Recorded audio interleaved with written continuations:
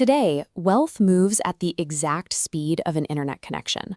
When India's unified payments interface launched, the goal was simple: remove every barrier between a sender and a receiver.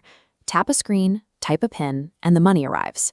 You see the results of this at almost every checkout counter. A quick scan at a local pharmacy or grocery store settles the bill without a single physical note changing hands. But a network optimized for zero friction works identically for everyone. If you can transfer your entire savings in 1 second, a thief can drain them just as fast. Scammers realize that this lack of friction was their greatest operational asset. By the time a victim realizes they made a mistake, the money is already gone and laundered through multiple accounts. This chart maps the recent escalation of digital fraud in India.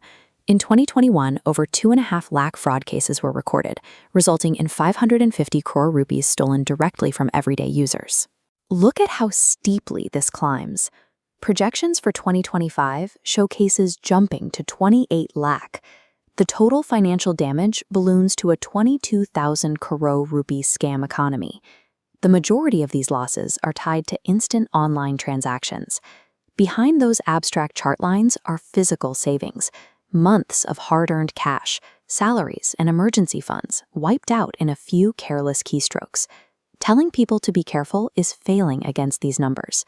The math shows that the payment architecture itself requires a hard-coded roadblock to break the momentum of the scams. To stop the bleeding, the Reserve Bank of India is writing a new rule for how money moves online. This diagram shows the proposed two-tier system. For daily expenses, the mechanics stay exactly the same.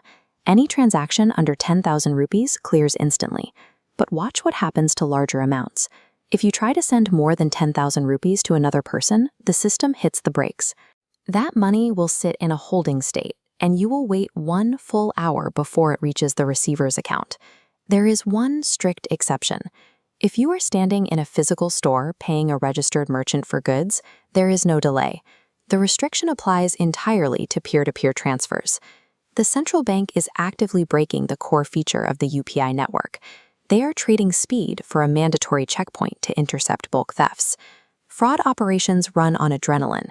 A scammer creates an artificial emergency to force the victim to transfer money before they can think clearly. By forcing a 60-minute pause on large transfers, the RBI introduces a psychological buffer. It gives the brain time to exit the panic state and evaluate the situation. During this window, if you realize it's a fraudster, you can press a button and manually cancel the transfer. If you don't cancel it directly on your device, you also have a 60-minute window to contact your bank and have them halt the suspicious transaction on their end. A simple unit of time removes the thief's advantage of a clean getaway. If victims have an hour to wake up and reverse the charge, executing high-value instant heists becomes logistically unviable. The policy of letting 5-figure sums move in a single second is being phased out. For users accustomed to clearing rent payments, debts, and major purchases instantly, a forced 60-minute wait will feel like a step backward in usability. But that wait is the cost of doing business in a network where 22,000 crore rupees are actively targeted. It is a mandatory speed limit built to protect the most vulnerable users from financial ruin. It forces a direct question: is an hour of your time worth the guarantee that a single mistake won't drain your bank account? Let us know your thoughts in the comments. Tell us which UPI app you rely on, and whether you support this new delay or prefer keeping things instant. Sometimes the only effective way to protect a fast-moving digital system is to put a deliberate roadblock right in the middle of it.